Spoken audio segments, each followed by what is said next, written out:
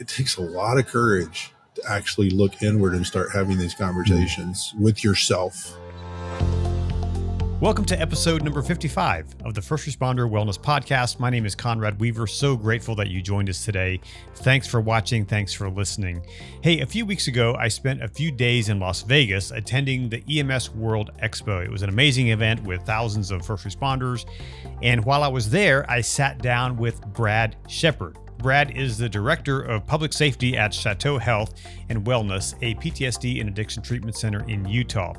A few years ago, Brad and I had connected, but it was great to reconnect and to hear more of his story. And we're going to talk about his story today on the podcast and a bit of his wellness journey and what he does now to keep himself healthy and well in his recovery. We recorded this conversation in the Las Vegas Convention Center in the hallway. So you're going to hear some background noise. And if you're watching on YouTube, you'll see people walking back, behind us. So just ignore that. Just listen to the content. So please excuse, the background noise that you may hear. I really love this conversation with Brad, and we go deep in talking about addiction and recovery. And we talk about what it takes to be sober and recover when all hell breaks loose. So please stay tuned. Hey, if you enjoy this show, please subscribe if you haven't already.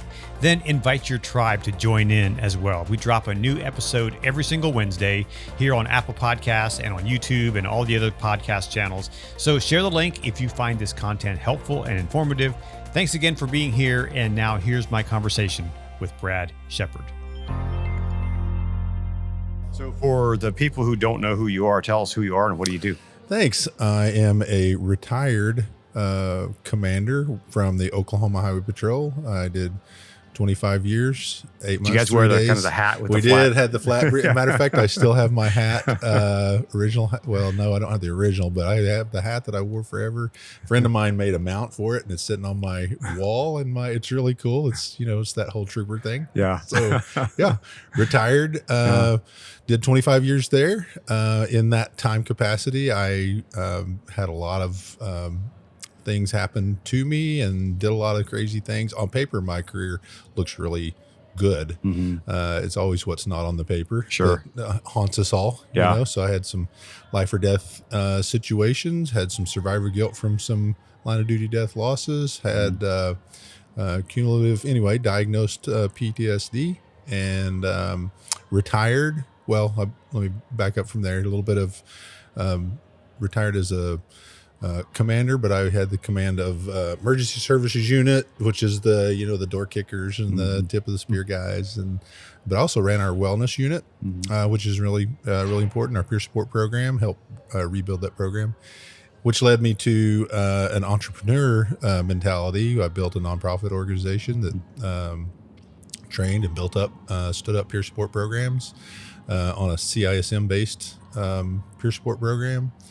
So how did you go from, chasing speeders on the Oklahoma highways to becoming someone who's helping others in their trauma? There's a lot to that story. I just was a dumb farm kid from Western Oklahoma that figured out ranching and farming was not going to pay the bills. That's actually what I wanted to do. Okay. I really actually wanted to go back and work with my dad and be a farmer rancher. And my first year of college, I distinctly remember I took an agricultural economics class. I came back that fall and actually had a conversation with my dad, and I said, this isn't going to work, is it? He said, no, you're going to have to borrow. And we were looking at hundreds of thousands of dollars just to get started and have my own. I grew up understanding the importance of service and from a farming community, how you chipped in and joined alongside those around you for the greater good, and just a very holistic, loving environment that I grew up in, not just in my household, but among a farming community that, hey, it takes all of us to do this together to really make this work. So that was kind of the undergirding of me going into law enforcement that I think served me well in that capacity of just, hey, it's about helping others. Helping others helps yourself. And that was a big pillar of a value system that I took into the law enforcement profession and held still today. I still hold that really, really deeply. Mm-hmm. Yeah. So you're now working kind of in the recovery treatment I am. community. Mm-hmm. My heart and passion, like there's there's there's a lot to my story, with actually going into, from transitioning from, doing peer support work and understanding the need and the level of that. There was a couple of entities that I worked with on a national level that got me introduced, to some great people. I'm very faith driven, and I understand God, my Savior, my higher power, has put me in a lot of great positions to meet some amazing people. It wasn't my doing. It's nothing less than God saying, "Hey, I want to introduce you to these people." And I'm an extrovert personality. I love meeting people, so I just gravitated towards some of these great organizations, and consequently, I got to meet and greet a lot of neat people across the nation, which led me to building a nonprofit, which did some work. And along the way, and I'm kind of getting to that recovery question, if you don't mind me chasing a rabbit Yeah, here. sure. But I think which got me to Chateau, is who I work for now. Well, in 2019, 20, yeah, 18, 19, and 20, life just threw me some crazy curveballs, that's just life happens, right? And at the time, it was nice relief to actually blame something or somebody, but the reality is it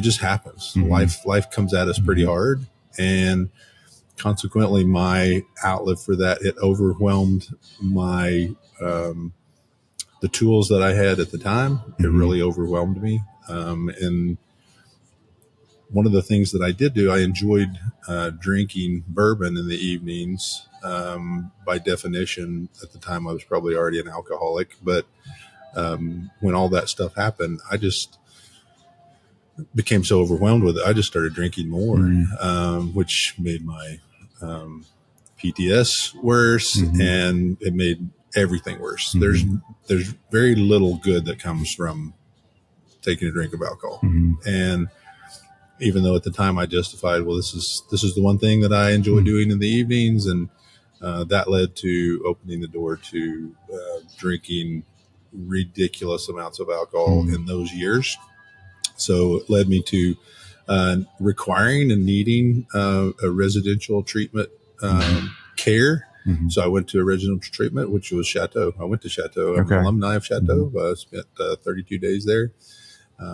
And while I was there, the implosion of my life just continued to actually get worse. And and I don't know if we want to go into it today, but I'm really passionate about talking about the administrative betrayal, the relational betrayal, kind of the community betrayal piece, because I experienced a lot of that. And I really advocate for how to take care of people like me. And I'm not bitter or resentful. I've come to, I understand my part that I played in that. I understand my position that I put people in, compromising positions. I understand that, but from the time I left Chateau, and there's a next chapter, which is a 12-step recovery program that I entered into. That between Chateau and the 12-step recovery program, my life has been dramatically different. The 12-step recovery program changed my life miraculously. I mean, just amazingly. One of my favorite memories when I was working on my film about the opioid crisis, I got invited down to Washington, D.C. to attend an AA meeting. I had never been to anything like this. And it's a group that's been meeting now for about 35 years, every day, 7 o'clock in the morning, down in DuPont Circle. And so I showed up, didn't know what to expect, walked in, and there was people from black and white and straight and gay and Christian and atheist and just a whole. I've never felt so much love Right. in a room of people that were all broken. Conrad, it's unbelievable. Yeah. It is hard to describe unless you've been there and in that environment. So by So this is AA. We're talking about 12-step recovery program. The 11th tradition of AA says you actually can't talk about AA by name, but now that we've opened the door, this is what we're talking about. But because I drink the Kool-Aid on AA. It saved my life. It changed my life. I can't tell you how dramatically it changed my life. But I'll try. But I'd love to try to do that. So if we back up here a little bit with Chateau really concentrated on some moral injury. That's a loose definition to some of it, but most people listening would understand it probably moral injury. But it had a lot to do with my beliefs and values and worth. And I didn't realize how little I thought of myself. By the time I hit the end of my career, I had done some things and that was all connected with the PTSD. It was my work was in the tank, and Chateau, that residential treatment piece, had a dramatic impact on my worth, my worthiness of. I know it sounds like hippie shit, but it's how do you love yourself? Yeah. And we don't like to talk in those terms. We're big, strapping, strong cops or paramedics or firefighters, but reality is oftentimes we get in this hole where we don't actually love ourselves and we're not true to ourselves. And Chateau actually helped me align all those little tiny betrayals that I had performed in my career of, they'll say they aren't big deals. They're just little tiny deals, but it's death by 1,000 cuts, but you go from that realignment of my values and my beliefs and to loving myself again. And from there, navigating an abandonment of sorts of my friends and the people who I thought cared about me, the peer support community. I went into that 12-step recovery program really broken, Conrad. I mean, so I came out of Chateau, and there was a small window of time there where suicide was back on the table for me. And I went into that 12-step recovery program, and the walls of those rooms are amazing. So I walked into we were coming out of COVID, and there were 7 guys in there. Out of those 7 guys, they hadn't seen a new guy in a while, and they were on me like white on rice. Out of those 7, 5 of them were felons, 4 of them had served hard time. Wow. They didn't care. They didn't care that I was a cop. They didn't care that I was a retired law enforcement guy. They did not. It was irrelevant. And to your point, it was, an engineer, an atheist. These were just all facets of life. And the book specifically says in the front part of the book, and I think it's somewhere around page early on in the book. I won't say the page. I'll get it wrong, but it says we're a lot of people that don't fit together normally, but because of this one issue, we've been brought together, and through kindness, grace, and love, we share this path together, and we recover together. And to your point, it is the most grace-filled rooms. It doesn't matter. While I'm here in Vegas, I've actually gone to some meetings here in Vegas. They're no different than Florida to Vegas to Oklahoma to Washington D.C. They're the same. Now, I will say, I was told there's no such thing as a bad AA meeting. Yes, there is. There's that exists, but with direction and focus, you can find these rooms of AA for your recovery. And maybe this is a flag for anybody listening, because what I do know is getting a cop in a room, a 12-step recovery room, is like moving a mountain. You just can't hardly do it. There's so much stigma around it. There's so much misinformation around it. There's so much distortion of what they think the true reality of a 12-step recovery room is. And most people think, well, I'm going to go in there and sit across from a guy that I arrested, and then we're going to share this space together. No way. That's not happening. And that's not what it is. That's not what it is. On the off chance that you do share that space with that person, he's wanting to get sober too. And guess what? You're a drunk too. and so maybe you should get sober together. And one of those seven guys that I talk a lot about. He loved me. He was not a big fan of law enforcement because he'd been one of those guys that got kicked around by cops in his younger years and had a little bit of a resentment still towards law enforcement. And he's one of my closest friends. I've talked to him since I've been here this week. He's one of my closest friends now, and we share this space of recovery. It's irrelevant that I'm a cop and that he's an old felon. You know, it's irrelevant. We're on this life path of together of getting healthy. And so to kind of run that out a little bit and get in the weeds on that, to your point, those 12 steps are just fundamentally unique in that's probably not a proper word because they're actually based on the spiritual outline of biblical principles. That's what they're laid out from, but nobody likes to talk about that, but I will. But the steps 1, 2, and 3 are getting right with your higher power. And even if an atheist or agnostic, you have to lean into something that's bigger than you. That's the premise of the 12-step recovery program and steps 1, 2, and 3 are figuring out, hey, you're not actually in charge of anything. What can we at least lean into something, and one of my atheist friends, he uses kindness as his higher power. Okay. Good for you. Great. At least you acknowledge that there's something greater than you. The funny thing is, where does kindness come from? Yeah. Right. I mean, there's some origins of it. It's funny because he says, I don't necessarily believe in God and believe in a higher power, but I'm starting to get suspicious. That's his thing. So, and then steps 4, 5, 6, and 7 are getting right with yourself, making your internal right. And then steps 8 and 9 are getting right with other people. The step 9 is what AA is most notoriously known for, which is making amends. Outwardly, everybody understands that because that's what they see, but they don't see what happens in those previous steps. That really and for me, that was where the miracle happened in those early on steps. Is I had so much anger and hurt built up from that betrayal that had happened. Conrad, is no less than a miracle for me to actually release that and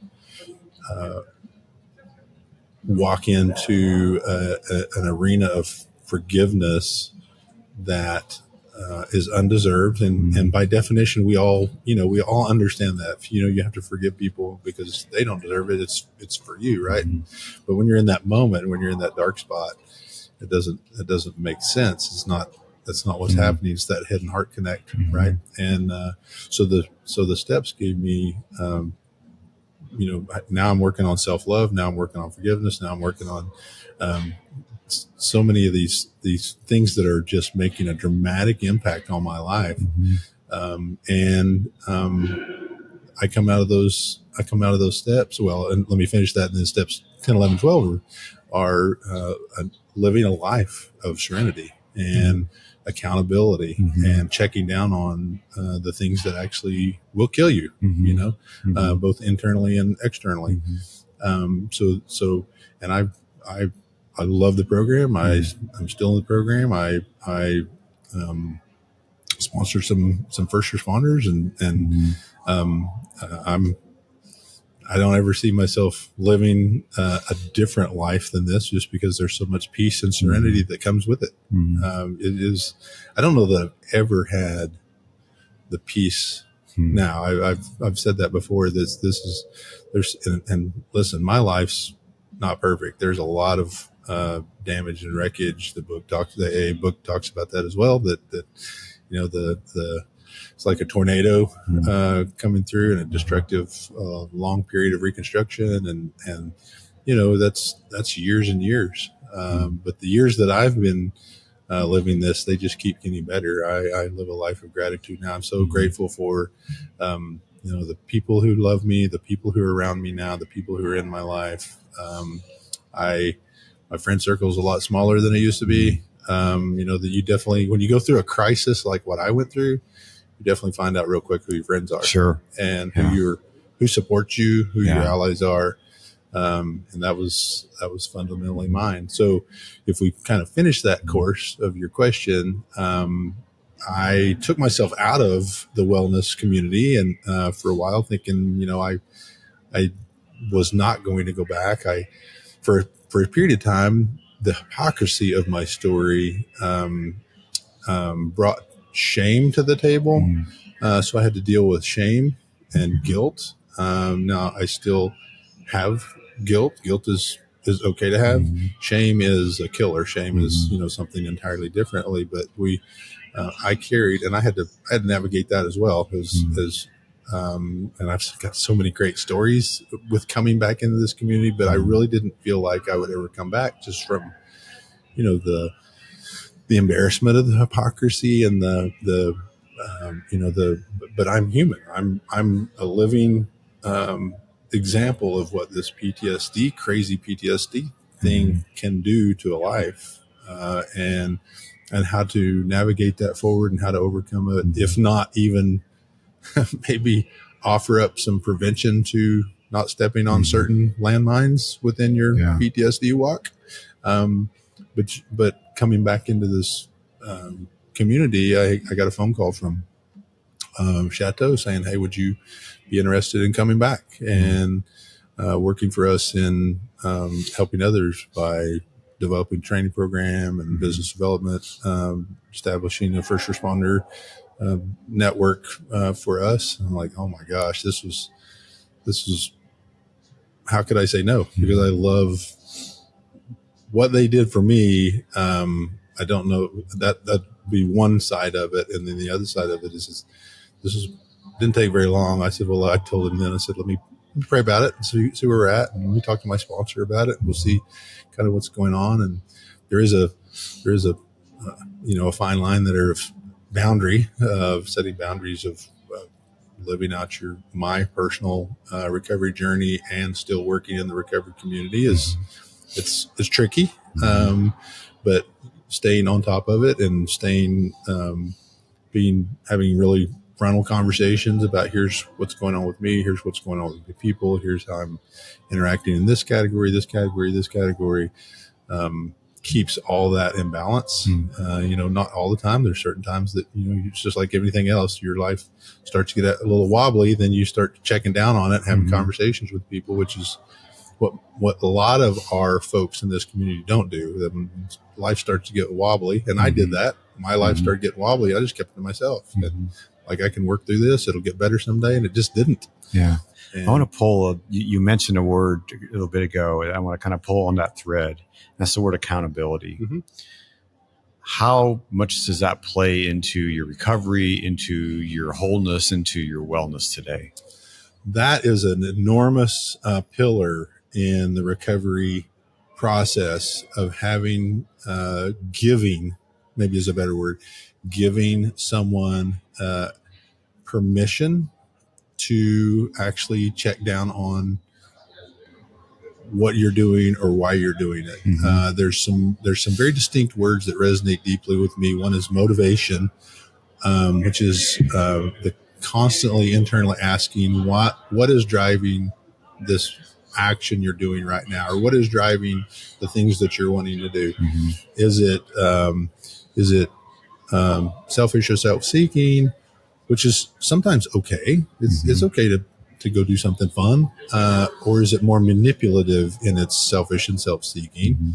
What's driving some of those? Now, that motivation has to be checked down on by somebody other than yourself. Otherwise, it starts to become very manipulative in its selfish and self-seeking piece. And that accountability piece is a must. It has to be a must. Now, the other side of it is just the way of life of just having somebody, giving permission to somebody to say, hey, if I'm out of balance here, I really need you to ask me some questions about it. I really need you to ask me why I'm doing certain things, or why I'm going this way, or why. And that, Conrad, we talk a lot about this at Chateau. Those are really courageous moments. It takes a lot of courage to actually say, Conrad, I'm giving you permission to ask me questions in this, and then actually holding true to that. And when you ask me that question, say, well, here's my thoughts. Here's why I'm doing this. Here's what I'm doing. Here's why I'm doing it. and then listen to that feedback and from Conrad saying, well, maybe that's not in your best interest. Maybe that's not in the best interest of your recovery or your life or your peace or your harmony or your serenity. That's a lot of courage. And I think we forget, even talking about from some of the platforms we talk about at Chateau, I think we forget how much courage it takes to do these little tiny steps of, we're in an industry of warriors. These are by definition, we call them very courageous, and they are. But we oftentimes in our mental health piece, in this mental health conversation, we don't label those tiny decisions as courageous. We don't. We think, oh, that's just part of it, or you should have been doing that anyway, or then we slide into this stigma conversation of shame or guilt, or I don't want to be associated with you, or an over discipline somebody for instead of acknowledging, hey, that what you did yesterday, Conrad, is really courageous. It took a lot of courage to do that, even though it was a tiny decision of saying no to something that you wanted to say yes to. That took a lot of courage to do that, and we miss those opportunities, and that's all part of this. I feel like it's all part of this moving the needle on stigma, of changing this mindset towards we need to do something different, and it's okay to try that and acknowledge how much courage that took to actually do that. Is there freedom in accountability? Oh, 100%. Yes, 100%. Yeah.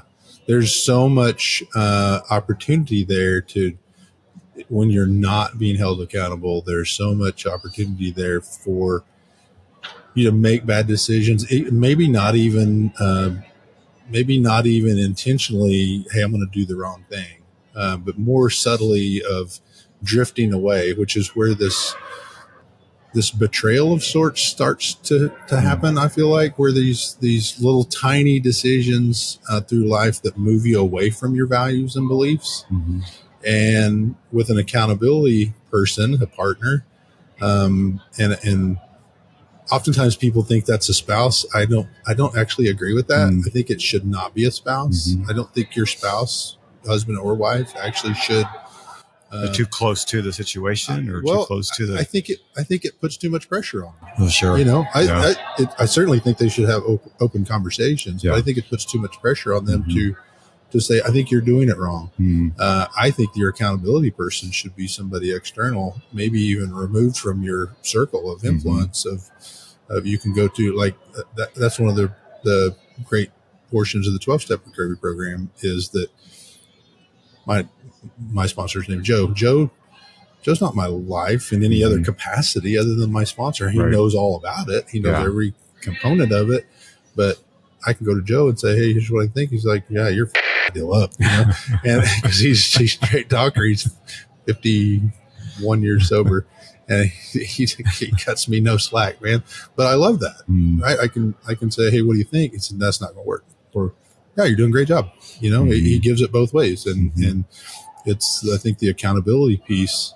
Otherwise, it starts to become a manipulative process, right? Because I can start to manipulate the people that I'm around or with to get what I want, to get or to ordain the behavior that I want to exhibit. And I think that's part of the beauty of the 12-step recovery program, is that, man, they don't care. Especially those old guys. They're like, we don't care. You're still up, and I just believe in the program, and I think and I also think that it doesn't have to be an AA type program for you to be in. I think that if you find somebody, an old mentor, just say, hey, I want to, especially if you're in this community, you start to become skewed, and again, pardon my French, but you start to buy into your own bullshit and think, yeah, I'm right. I mean, this is an ego-based community, and we do a lot of crazy, good work. And to be able to do that, it takes a pretty confident and bold person to do the work we do. And you start to buy into your own bullshit, and that okay, I am a big deal, and there are a lot of big deals out there, no doubt. There's I was a big deal. I don't. If you look at my resume, I was a big deal. I did a lot of great things. I did a lot of cool things, but at the end of the day, I'm still human. I'm still susceptible to PTSD and alcoholism, and these things that they're killers. They'll What would kill you say to that cop out there who's in the trenches? They find themselves, maybe drinking every night just to get through the day, but they're not quite sure about, I don't want to go to AA because of what you talked about earlier. Right. What would you say to them? What's the first step for someone that? Well, that's a lot. That's a loaded question. So I'll unpack that a little bit at a time. One is I want any of the cops, first responders, firefighters out there to know they're not, number one, they're not alone. This, whatever you're going through, somebody likely has been through it. Even though you think your situation is unique to you, it's probably not. Somebody has been through that before, so you're not alone. It's important to hear those words and actually absorb that, to say you're not alone. Drinking or suicide ideation, I mean, we can deep dive this a lot. The suicide ideation is more prevalent than what either you or I probably even realize. Because there's these subtle things of, I'm just not going to wear my vest today. All these little tiny decisions that you make early on. You think, I'm not going to, or I'm going to handle this call on my own. And if I get shot, I get shot. That's by definition, that's a suicide ideation. I mean, that's just, it's part of it. So it's really important to note, hey, you're not alone, and you are worthy. You're valuable to somebody. You're valuable to your spouse, your kids, your friends, your mom or dad. You're valuable to somebody. And that, in deep diving that, it goes back into some child trauma stuff, what resonates with me of worth and worthiness. But you're not alone, number one. And then another part of that is, if you find yourself drinking every night, again, it goes back to motivation. Why are you drinking? Listen, there's nothing wrong with drinking. I early on in my career, I enjoyed a good bourbon at the end of the day. Those were tiny, maybe a small sip bourbon. Problem was, mine grew, and goes back to what I was saying earlier, is there's really nothing good that comes from our community and alcohol, but at the same time, I'm not going to beat up anybody that chooses to drink alcohol and use it wisely. But it goes back to the motivation. Why are you doing what you're doing? What's driving you to drinking? And that goes back to some accountability stuff. Maybe have a conversation with somebody about, well, here's what I'm drinking. That's going to be an unpleasant conversation, because you're going to hear things that you probably don't want to hear, or maybe in the back of your mind, you already know what you're going to hear. Like, you should not drink. Well, that equation then keeps going to, okay, why are you drinking? Are you drinking to forget? Are you drinking to push down something that's, coming up in your throat? What is the motivation behind why you're drinking? And then if you do find yourself drinking, find somebody who has been down this path and just have a conversation with them. Find a recovering alcoholic and say, here's what I'm doing. It's important to note in this, especially in the job that I do. I talk to a lot of people about this now. Not everybody's an alcoholic. Not everybody needs residential treatment. But in the capacity that I am, I have tons of resources all over the United States they're not AA, or they're not residential treatment. They're just maybe trauma retreats, or just a retreat itself, or people who like myself, who are alcoholic, could say, call me up, have a conversation with me. Let's talk about this. Or maybe you do need to go to an AA meeting just to have some check down on your motivation of what you're doing. By definition, are you an alcoholic? Now, what are you going to do? And those are scary scary moments Sure. to where you actually start to have, and again, I go back to this courageous conversation. It takes a lot of courage to actually look inward and start having these conversations with yourself, and be the real courage comes then of calling Conrad and saying, hey, I want to have a conversation with you about, here's what I'm doing, here's what's happening with me, and here's where I'm at. What do you think? Man, how much courage does that take? It's a lot. Sure. It's a lot. And we find ourselves, no, we reframe that. We fancy ourselves as courageous. Like I'm willing to go do whatever. I'm willing to walk into the fire. I'm willing to walk into a gunfight. I'm willing to walk into these crazy situations, but we won't pick up the phone and say, hey, I'm out of balance. Something's off. Yeah. Something's weird here, and I'm not the same person I was. And it's not a sign of weakness to admit those things. Right. That's the courageous point. Yeah. Right. Of we internally, it's part of that stigma that I know you're advocating for as well as I, but we have really stigmatized this piece of, that's a weakness. That is a negative. There's shame, there's disappointment, there's, but all of it surrounds, what do you really want out of this life? What do you really want to get? What, at the end of the day, do you want to retire happy, or do you want to die an early man? Do you, and what do you have in front of you? What's it worth? What are some of these things that are valuable to you worth? These people, it's generally surrounding people, your kids, your spouse, your parents, there's, these things are formidable, patient foes of ours, alcoholism, gambling, sex addiction, gaming now is the big thing. I had a recent conversation with a guy that's gaming 12, 16 hours a day.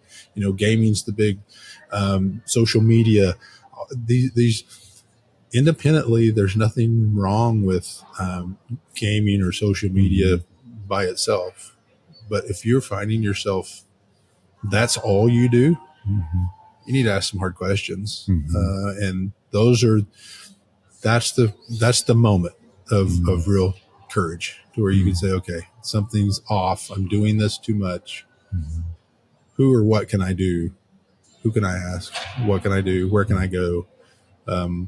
This podcast, there's a dozen podcasts out here like this that give you opportunities to say, call me up. Let's have a conversation about it. I have a lot of these conversations now, coming back in this community with people, and I wouldn't wish my journey on anyone.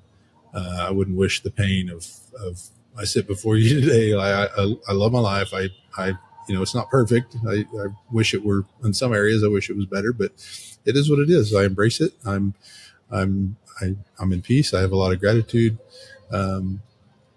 What doesn't show is the painful journey that I walked through in the previous years to get to this point. And that's with most people who are in this state of peace. They, you find somebody at peace with themselves. They've done a lot of internal work. Sure. And on this side of it, it's refreshing to actually to have these conversations with people and say, I see you. I see you. And I'm sure you've heard the old story of the guy the guy down in the dark hole, and another guy jumps down in with him. You heard the story, right? Yeah. Said, now you've doomed us both. He said, no, I know my way out. Yeah. I'm going to help you out. That's the point of all this. This is the point of this podcast. Sure. This is the point of this conversation. This is the point of us being here. Yeah. Of saying, I see you, and I can only help you as much as you're willing to help yourself. Yeah. But if you'll promise to do this much, I'll promise to do that much with you. Yeah. And that's really the passionate work that I do now, and you as well. Yeah. What's one thing, or maybe a couple things, you do on the daily basis to kind of keep you focused and keep you on track? Oh, that's a great question. So there's gratitude moments. My morning starts off with meditation. I know this is hippie shit. I know people listen to think this is hippie shit, but the reality is this is a way of life that actually brings you peace. And meditation. I journal, still journal every day. And Depending I've on, tried the journal, and I it's struggle with weird when you that. start. Yeah. It's weird when you start. But I've got books and books of it, and it's funny. I could actually go back in my journal and look at some of my journal entries and see, especially in those dark days when I was journaling, started journaling at Chateau, and things got worse for me when I got out of Chateau. But that's a long story. But some of my journal entries are, man, they're dark, they're rough. But I can actually go back to that and say, I'm not there. I'm not in that space. But my journal entries now are more about the space that I'm in. They have a lot of gratitude with them, but I have a separate gratitude journal where I just spend time focusing on what I do have and appreciating the people in my life, the blessings that I have, the things that God grants me. It's pretty neat to, and you know, psychologists will tell you that anxiety and gratitude can't live in the same space in your mind. So that's an important part of my starting the day throughout the course of the day. Now, through the course of the day, the 12-step recovery program, the steps 10, 11, 12 are a way of life. So that's a habit you have to learn, you have to develop. And it just happened. By the way, I'll just tell you this experience. I was a little bit pushy with the lady who was blocking. I know you know my little friend Vanessa down there. I got a little pushy with her because I said, hey, this doesn't open until 10. Well, this is related to my steps 10, 11, 12. And she got overwhelmed. Well, I felt like part of that overwhelm was a result of me. And I said, Vanessa, I'm not against you. Matter of fact, if I did anything to push you to, she started crying because she was telling all these people no. Just what, an hour ago? This just happened an hour ago. And I said, Vanessa, I'm not against you. I was verbalizing my mindset of doing this podcast, getting our equipment, and not being able to get in access that. And I said that had nothing to do with you. But if I did something to overwhelm you, I apologize. I'm truly sorry. How can I make your day better now? And of course she, people don't know how to act to that. She fawned. She said, I'm okay. And I said, how about if I stand here with you for a minute while you tell other people no? I'm 6'2", 230 pounds. People are, and she's this sweet little innocent, beautiful young lady. And she started telling people no. And I just stood there with my arms crossed with her, and she got to laughing about it. And I said, it's okay. I apologize. So those little things are part of my daily ritual that I impacted somebody negatively. And before we would have thought, oh man, I feel bad about that, but we never would have said anything, or I should personalize that. I may have said I may have impacted her negatively, but not really said anything. But my recovery program says, no, you'll fix that right now. You'll repair that immediately. And then if you go on to that, it's 11. Step 11 is actually connecting with my God and saying, what do you want from me today? And step 12 is sharing the message, which is what we're doing right now, which is, hey, if you're out there and you need somebody to talk to, give me a call. But that's a little bit of kind of an overview of how I live my life and how I live my day. And in any moment it starts to get overwhelmed, I will stop and do a meditation. I have some other tools in my bag, breathing exercises. And if it gets really bad, I'll make some phone calls and, hey man, I'm having a shit day and I just need a minute. And said, unpack it on me. And I start unloading. And it's generally you fucked that up, didn't you? Or or you feel better, or do you feel like you can go through the day, or one of the most immediate is, do you feel like you're going to drink? And that's rare. But this really isn't about just drinking. This is about living a life of serenity and what you will do to fight for your peace and your serenity. What are you willing to do to actually achieve that? And I know, even as we sit here and talk to each other, I'm thinking about some of the listeners, and some of the listeners probably think that is arguably, I don't know, I'm not putting you, but I'm putting myself in your shoes, think that peace and serenity are unachievable. I was there. was thinking, okay, this is just my life. This is just my life with PTSD. No, there's more to that.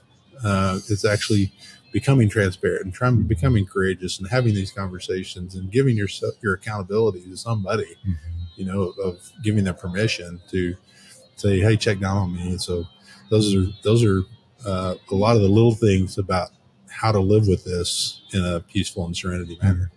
So, well, this has been a really fascinating and interesting conversation, and I wish we'd have more time because there's a bunch of other questions I want to go, and we'll have to come back and do another thing. Yeah, I'd be happy to. No, this has been great. Thank you so much. This is awesome. Oh, absolutely. I got just a thought about being here in the city and how many people come here and put aside their daily practice. Yeah. I'm just going to live it up a little bit, right, for one night, right, or a couple of days. Right. How much does that set you back? Enormous. Enormous. Now that falls into the betrayal piece of those little tiny betrayals of not being true to yourself and not being true to your beliefs and your values. And there's nothing wrong with having a vacation and letting your hair down. There's nothing at all wrong with that. But this is a city of, I mean, it's called Sin City. What happens in Vegas stays in Vegas. Yeah.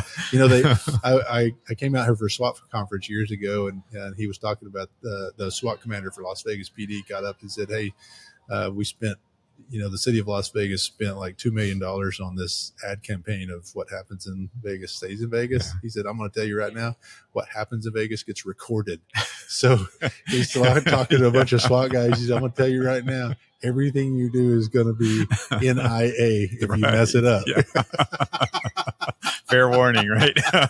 But no, I think that's a great, for the context of your question, I think it's a great opportunity to just say, it's okay to let your hair down, but there's a price to pay for betraying your beliefs and betraying your values. We talk about it in grandiose terms of like, oh, you cheated on your spouse, or you went on this drinking bit. It's actually more finite than that. It's actually these little tiny decisions that happen on a daily basis that just deny you. What would have happened if I had actually walked over to Vanessa? She was crying. She was broken, and she retreated kind of around the corner. And I said, whoa, hold on here. But at that point she had, I don't know, 20, 50 some odd people that she'd come up and they were put out with her. And how heavy is that? And it was just humanizing that for a moment. What would happen if I had betrayed that, walked away and said, I was just an employee, it's no big deal. Those are those little tiny betrayals that happen on a daily basis that, really a fraction of time to actually humanize her and say, I see you, I see you in this moment of a little bit of hurt, a little bit of pain, a little bit of embarrassment. Maybe you're not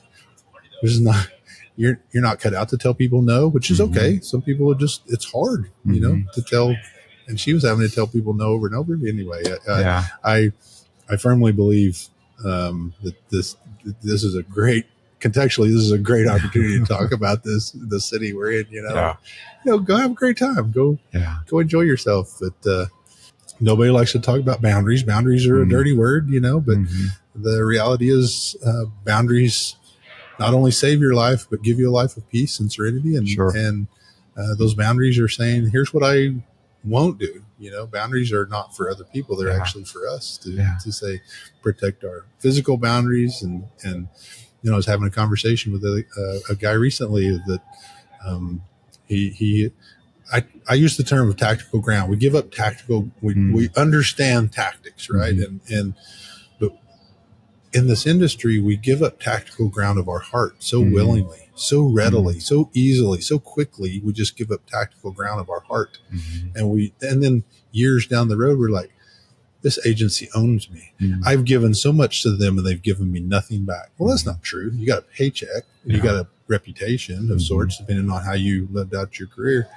But we willingly gave up that tactical ground. And the conversation I was having with the guy the other day, he was like, your job is to now start taking that tactical ground back. How can I regain my emotional state from this agency of getting that ground back?